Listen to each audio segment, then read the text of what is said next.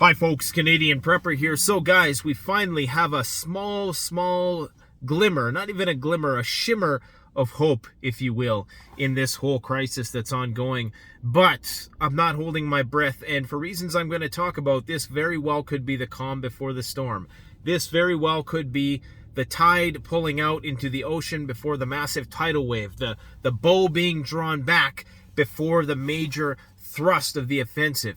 But we're going to talk about that. Now, I first want to say I got click-bombed on a video yesterday, and I'm not sure if I rubbed somebody the wrong way. And when I mean somebody, I mean a real somebody, okay? I know there's all kinds of troll farms out there, and something I said, because for whatever reason, the like-to-dislike ratio on that video was not at all aligned with a lot of the negativity that was being vetted on the video, which made me think, maybe I'm onto something. You know, I don't think I'm that special that I'm receiving that sort of special attention from the powers that be, but you just never know nowadays, because an influencer is an influencer. Even if you're influencing 1,000 people, that's 1,000 people that go out into society and walk around with their head full of ideas and might, spread that idea around in a viral fashion. Now, one thing we always say on this channel is that you should always entertain ideas, but that doesn't mean you should ever really accept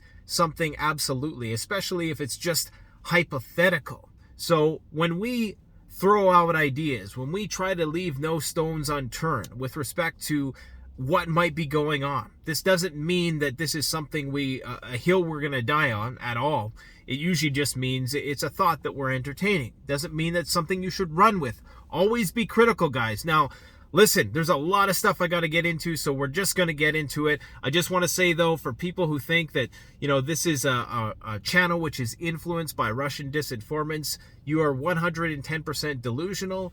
Show me any specific proof of that, and I will respond in kind. We're going to have one of the most patriot of patriots on the channel tomorrow, a former lieutenant colonel who was in charge of the nuclear missiles that act as a strategic deterrence while you sleep and while you type that kind of crap on the computer. So we're going to show you what a real patriot is. And no, I don't like the authoritarian sycophants as much as I don't like these virtue signaling drones who just throw up their avatar and change it to match whatever is the the flavor of the month in terms of what's good and what's bad, or what we are told is what's good and bad. I like to think. If you don't like to think, go and find another channel that is going to be repeating legacy media talking points, okay? Get lost. We don't need you. For the rest of you, the 99% of you, I love you to death.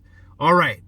So, what are we talking about in this video? So the good news is, supposedly, there's some negotiations happening. What is really happening? Now, apparently, Zelensky is making some concessions, and yes, I have notes. This is not just me riffing.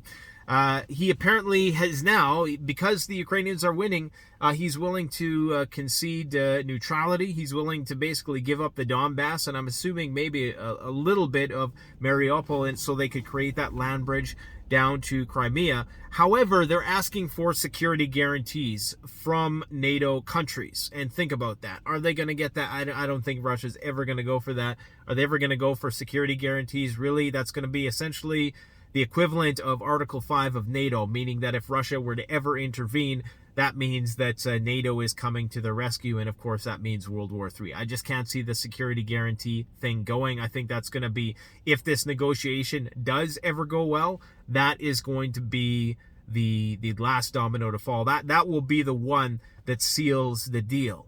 But I can't see them doing that. Now, on the topic of why Zelensky is still around, I'm not even going to touch on that issue because there's so many sensitive snowflakes in the comment section that take issue with people thinking divergently.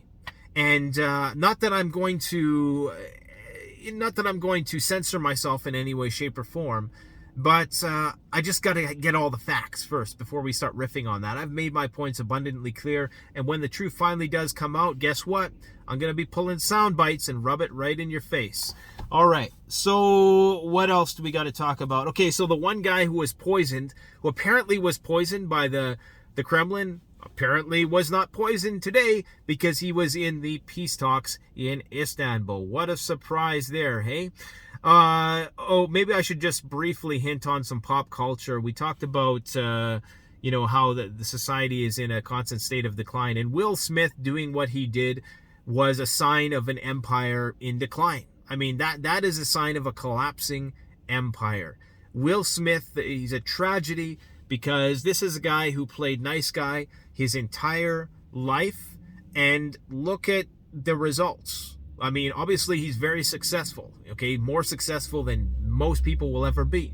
But in terms of the family dynamics, in terms of a lot of the mental health issues that he's going through, and in that outburst, that is very important because it's a sign of the times. Let's leave it at that. Now, that was the good news, that there's these tentative negotiations. But as I said at the beginning of this video, I think that very well may just be the bow which is being pulled back. And by that, I mean this whole idea that the Russians are pulling back and really they're just moving their troops into position in the east because the troops probably need a bit of a break. From what I hear, they are digging trenches, and from what I've seen, they've dug trenches, they've been burying tanks, they've been making pillboxes around Kiev. So this idea of pulling back, and really throughout this whole thing, the Russians have insisted that they weren't going to invade in the first place. They invaded. They said that, they were just going to be going into the Donbass, and of course they didn't. They were going into everywhere else. So you can't, the word's not really worth a whole bunch at this point in time. Neither is the other side's, but that's another story. Now, nuclear tension remains higher than it has ever been in history. Okay, think about that. Ever been in history. The nuclear tension, and this is not just me saying this, this is military experts the world over, military experts that I've had on the program that people have the audacity to claim are Russian disinformants, people who have worked their entire lives serving these little slimy trolls in the comment section who show no appreciation for these people.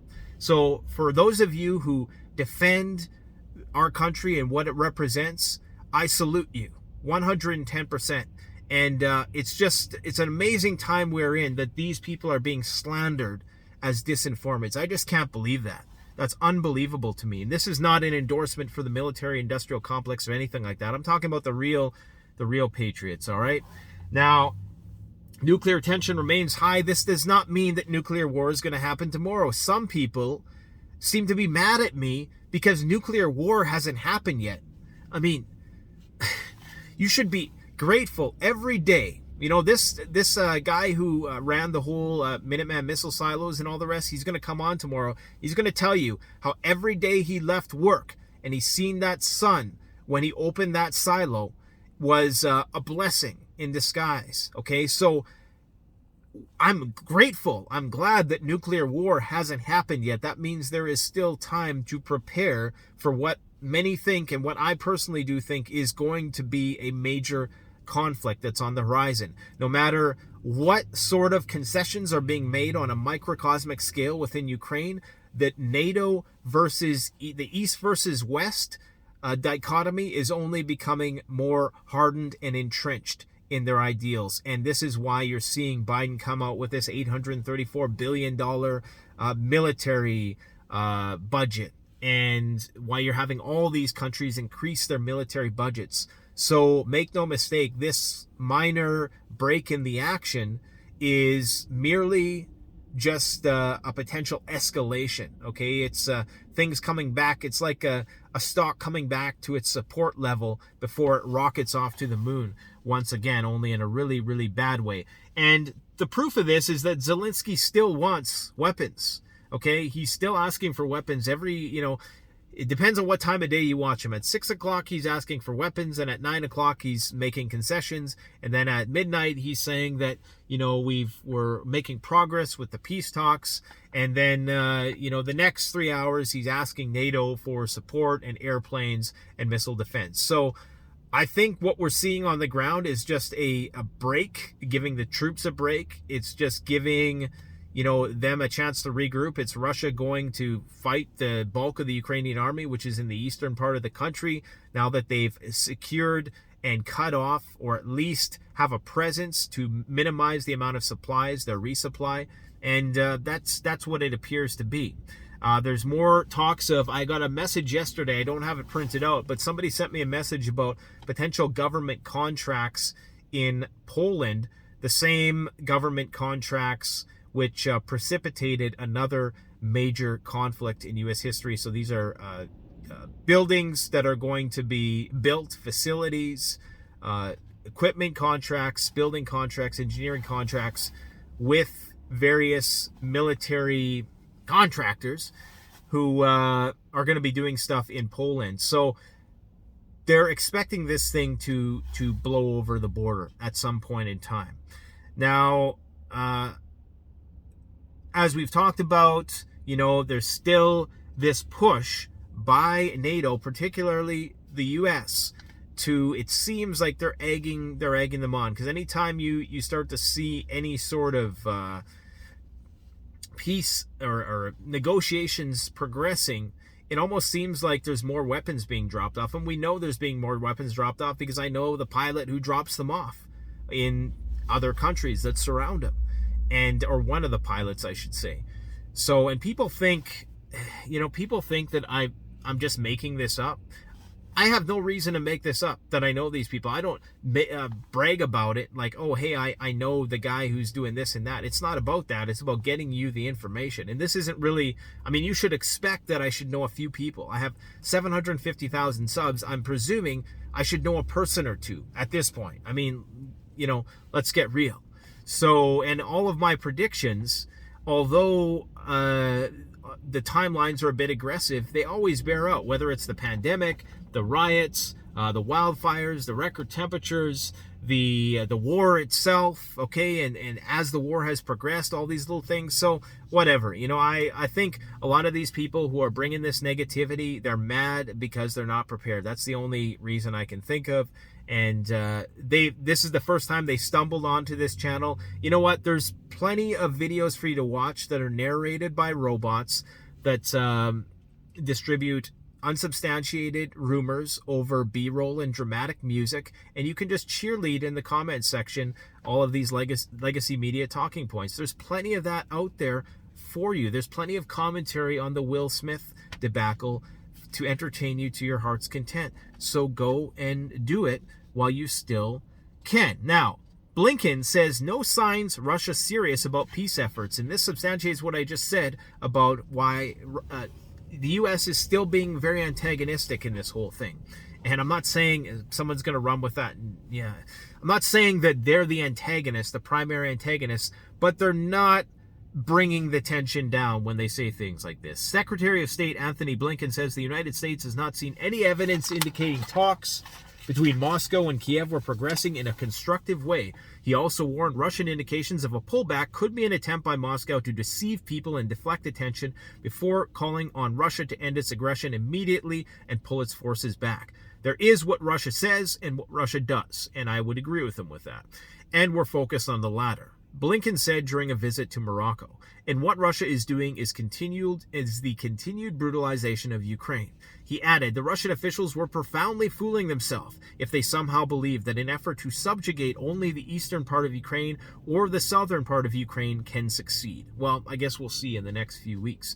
Many European states expel Russian envoys over espionage. So this is where you're starting to see things intensifying on the global stage. Really seriously intensifying on the global stage, while they appear, and emphasis on appear, to be somewhat calming down on the micro stage in the proxy of Ukraine.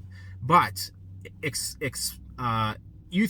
Jesus, I can't even talk anymore. There's just too much information. European states expel Russian envoys over espionage. So several European member states have moved to expel Russian nationals accused for spying for Moscow while posing as diplomats. Now, these aren't the diplomats from Poland that we talked about a week ago. These are other ones, okay? So the Dutch Foreign Ministry said it had ordered 17 alleged Russian intelligence agents who are credited as diplomats to leave the country. Belgian Foreign Minister Sophie Willems announced her country had also banished 21 diplomats. Ireland also banished 4 Russian diplomats. The Czech Republic gave 1 member of Russia's embassy in Prague 72 hours to leave. Now, in return, Russia has expelled 10 diplomats from Baltic nations. Russia's foreign ministry says the country has expelled 10 diplomats from the 3 Baltic nations in a tit-for-tat response, including 3 diplomats from Estonia, Latvia, and 4 from Lithuania. So, does that sound like things are cooling down to you? It doesn't sound like things are cooling down to me. This sounds like the arrow is being pulled back and it's going to be released violently. Now, I found this map very interesting because this is a which countries have sanctioned Russia map. It's going to be backwards because my phone records inverted. But you can see all of this gray stuff here. Those are all countries that don't sanction Russia. They're all countries that buy stuff from Russia. All right. So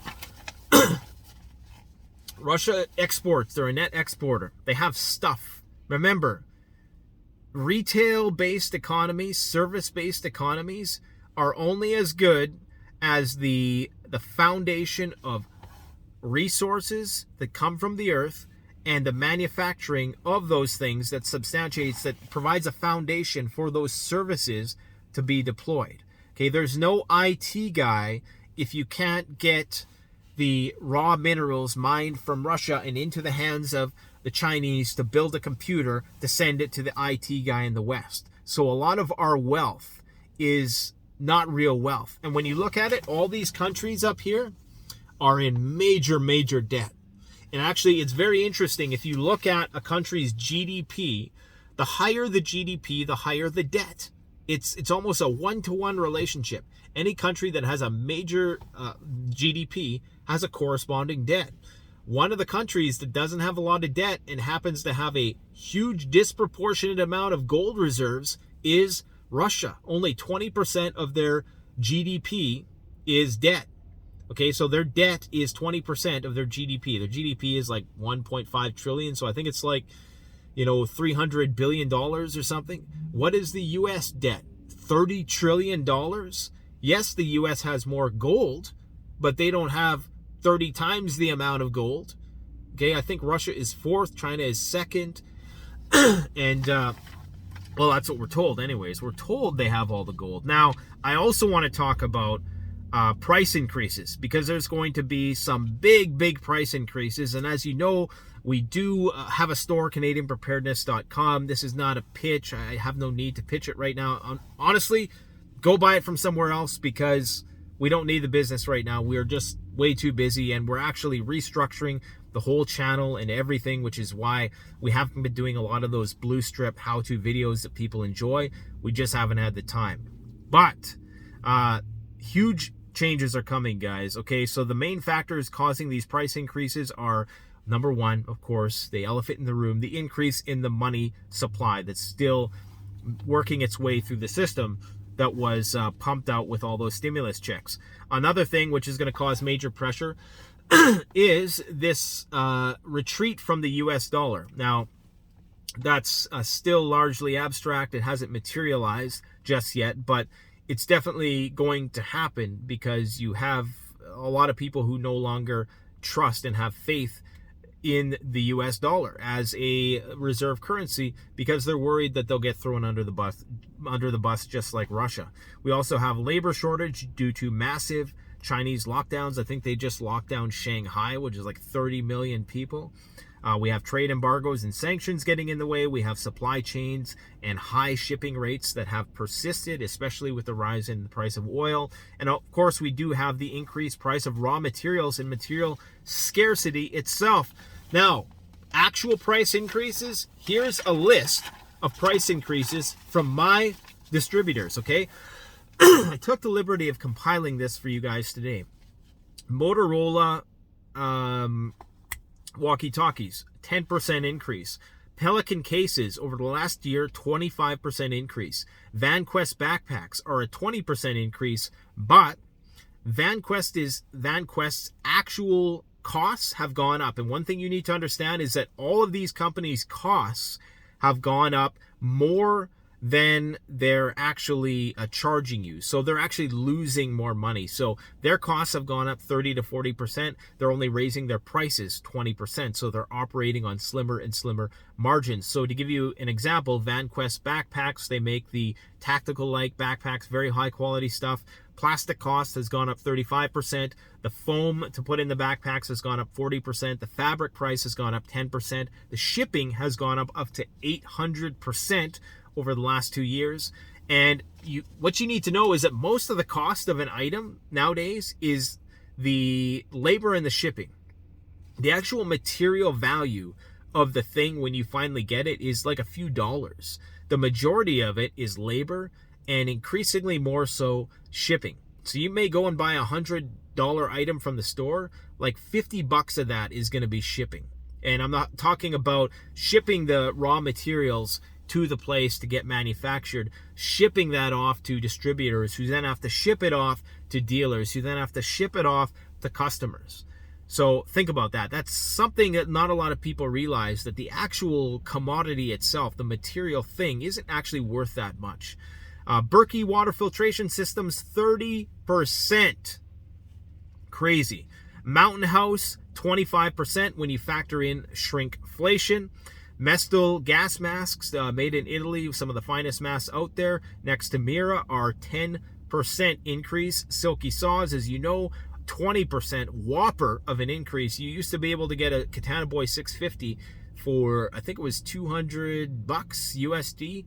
Now it's like $269 USD. That's crazy. That's a crazy price hike, and it's probably still going to keep going up. Outdoor Survival Canada jackets, up 15%, and that's big because those jackets cost between $700 to $800. 15%. And we're being told inflation is what? 9%? Oh man, that's hilarious. Power Film solar panels made in America, the finest solar panels on earth. They are a silicon, amorphous, silicon-based solar panel, the most rugged, bulletproof solar panels money can buy. 10% increase. Winterwell stoves, 15 to 20% increase. Happy Yak, I believe, was about a 10% increase. Benchmade knives, another 10% increase. Cascade Designs, they make MSR, Seal Line, Thermarest. They're up about 15%. Nortent tents, like the Game 6 and the Lavo, they're going up 25%. And these tents are already like $1,000. The synthetic sil nylon materials and just the cost of producing textiles now in China because of all the lockdowns and stuff, just crazy. Anything with lithium, cobalt, tricobalt, nickel will skyrocket. You hear me? Anything with lithium, cobalt, tricobalt, nickel, and other rare earth metals is going to skyrocket. The price of computer chips is up 30 to 40% to manufacture. How that's going to translate into the end consumer, nobody really knows yet. And Work Sharp sharpeners is 15%. And we also have the world famous company who supplies a lot of the run-of-the-mill camping type gear to Walmart and places like that.